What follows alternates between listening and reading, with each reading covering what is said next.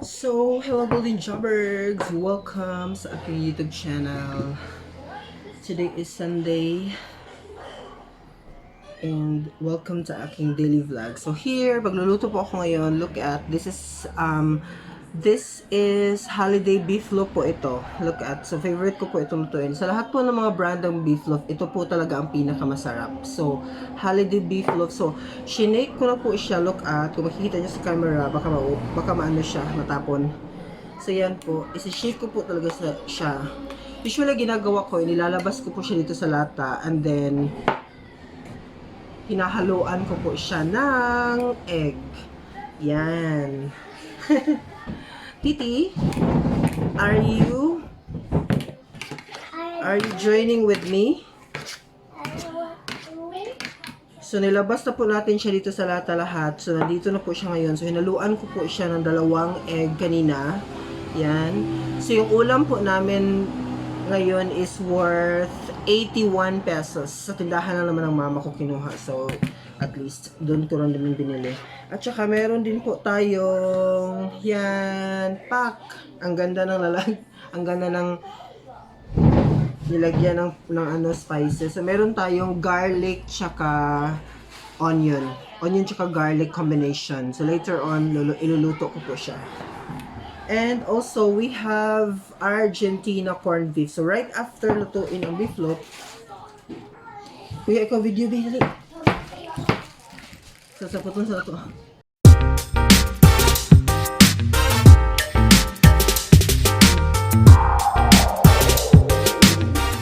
Right after maluto ang beef loaf, next ko po ang Argentina corned beef. So, panoorin nyo later kung paano ko lutuin. This is usually the combination na ginagawa ko talaga. Meron siyang ano dito, pero hindi ko siya gagamitin kasi hindi ko sanay.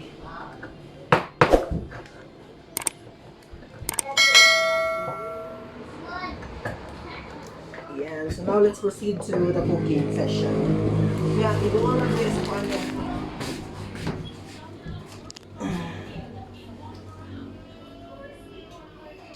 Dito talut. Kalahaya kita.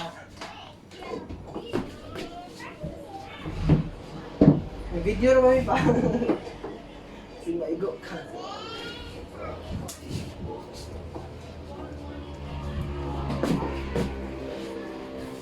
So, kailangan mo natin painitin ang kalaha. Ano ba ito sa Tagalog ang kalaha? Basta ito yung, kailangan painitin natin siya at lagyan natin siya ng oil later. Okay? Pag uminit na siya. So, una ko talagang lulutuin is etong beef loaf. Kasi right after maluto ito, yung oil na natira, yun ang paglulutuan ko na naman ng corned beef. So, this is usually the combination. Ito yung pinaka-favorite kong lutuin talaga sa lahat. Madali. So, lunchtime ngayon, but ang aming ulam ay beef loaf tsaka corned beef. So, ganun kami kasosyal. Wala kaming pattern ng breakfast or whatever. So, lagay natin ang oil. Yan. Tamang-tama lang ang oil. So, hintayin natin maluto ang beef loaf. Hintayin natin uminit ang oil. So, medyo kumulo-kulo na siya. Pakita mo, kuya. Yeah. Yan, medyo kumulo-kulo na siya. So, later ilalagay natin ang beef loaf mismo. So, ito yung gamit kong sa beef loaf. Yan, hintayin natin konti. So, nandito kami ngayon sa aming humble na kitchen. Yan. So, hindi ako nag-video ngayon, Golden Choppers, kasi medyo sakit ang ulo ko ng kaka-prepare ng mga video lessons. So, eto muna ang gagawin natin. Let's have cooking session. This is my life before naman. So, sanay na po ako dito. So, ilagay natin ngayon ang beef loaf. Yan. So, isang lagayan ko. So, yan ang mangyayari sa kanya. Yan. So, yung iba po kasi, inihiwa ko nila ng maliliit ito. Pero sa akin, pag ako nagluluto ng beef loaf, isang lang talaga siya, isang lagayan. Yan. So, hintayin natin maluto yung ilalim niya, tsaka itaob natin siya. pabaliktad para at least maluto din yung front portion ng beef neck. So, ito lang naman po yung usual na ulam ng mga mahihirap. Yan. So, lutuin natin siya mga, I think mga 3 minutes or 4 minutes. Medyo luto-luto na po siya. Luto na po yung ilalim. So, itaob na po natin siya sa other side para maluto naman. So, but disclaimer lang po, hindi lang po ito ang aking kayang lutuin. Dami po pong kailangan lutuin. Kaya wala na po akong time ngayon. Dati po kasi kusina is my life talaga. Kaya lang ngayon hindi na po talaga ako nakakapag, kasi ang dami pong kailangan trabahuin. So, yan, itaob na natin siya. Go! Hindi perfect. Bala na. Hindi po perfect ang pagkataob niya. Pero yan ang nangyayari sa kanya, look at, huwag mo siyang paitimin masyado kasi itim na nga yung kalaha. So, huwag mo siyang paitimin masyado. So, yan na po. So, kailangan yung other part niya is magba-brownish po siya ng konti para mas lalong, para talagang mas masarap yung taste ng corned beef. So, ang holiday corned beef po ang pinakamasarap sa lahat. Turo rin po ito ng aking friend. So, proven and tested po. Kaya nandito po yan sa tindahan talaga ng mama ko.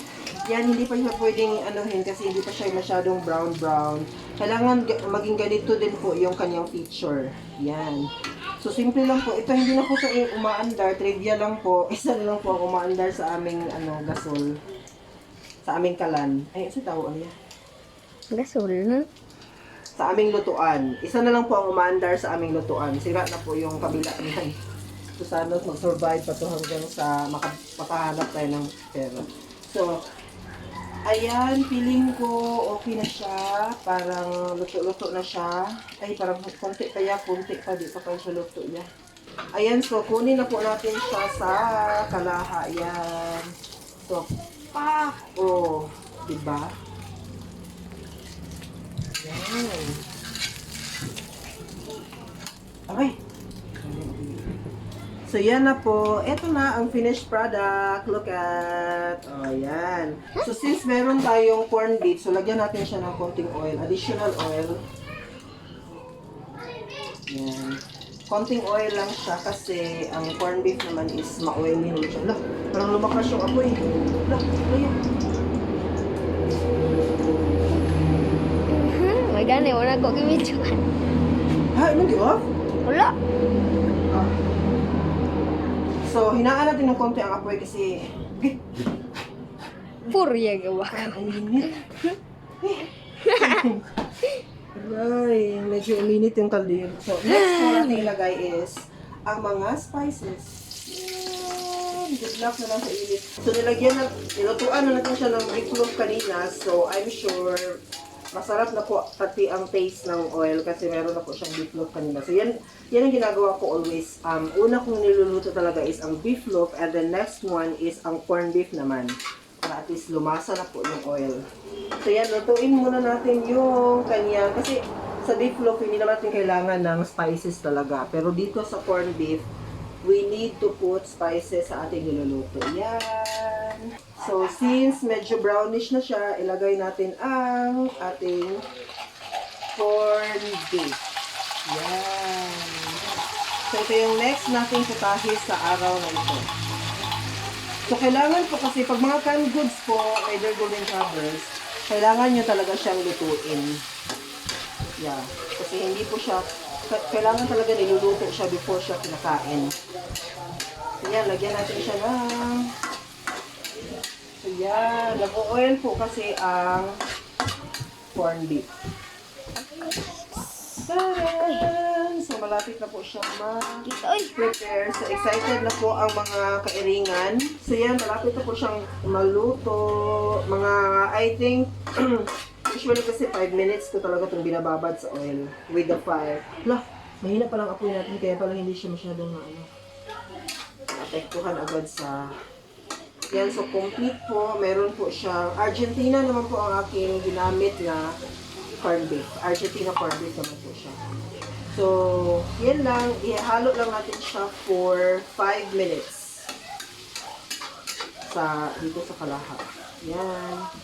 So, maglalapot siya. So, isasabay natin siya mamaya. Ito-prepare ko po ang lalagyan ng corned beef tsaka yung beef loaf. So, yun po ang perfect naming pananghalian for today. So, kasi medyo na-bored ako sa kwarto, so I decided na ako yung magluto ngayon for lunchtime. Para naman, maiba naman yung ating video sa ating YouTube channel. Kasi baka maboring nga naman kayo, puro lesson na lang lahat.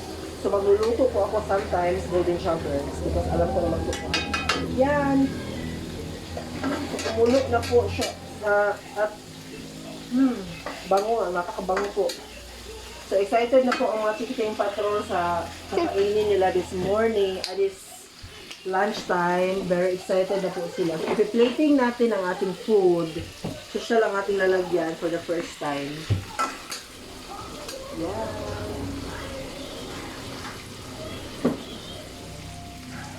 So, parang ready na siya. Ready na siya for eating. Hindi na po kailangan patagalin. So, i-off muna natin ang ating LPG. Kaya basta yan. Yan. So, yan. Nilalagay ko na po ang finished product ng Gamay ko. so, gamay na daw kayo siya. But anyway, hindi pa naman ito. Hindi lang naman ito ang ulam namin. Gamay raya. Dako exulanan. Ikaw yung mga pahamak eh. Ay, so, nilipat na po natin siya dito. Diyan pa doon na sa kuaya. Adjust gamay yan. So, ililipat na po natin siya dito para ready na po siya for eating. So finally, we're done cooking na po. Andito na po ang ating beef loaf at andito na po ang ating corned beef. So maya-maya po kakain na po kami lahat dito sa aming maliit na kusina. So maraming salamat po Golden Showbergs for always supporting to my YouTube channel at sa lahat po ng mga patuloy na nanonood sa aking mga videos. Maraming salamat po sa inyong lahat. And wishing po of a blessed Sunday for everyone and sana po ay maging productive po tayo lahat today. Thank you so much for watching. Bye-bye!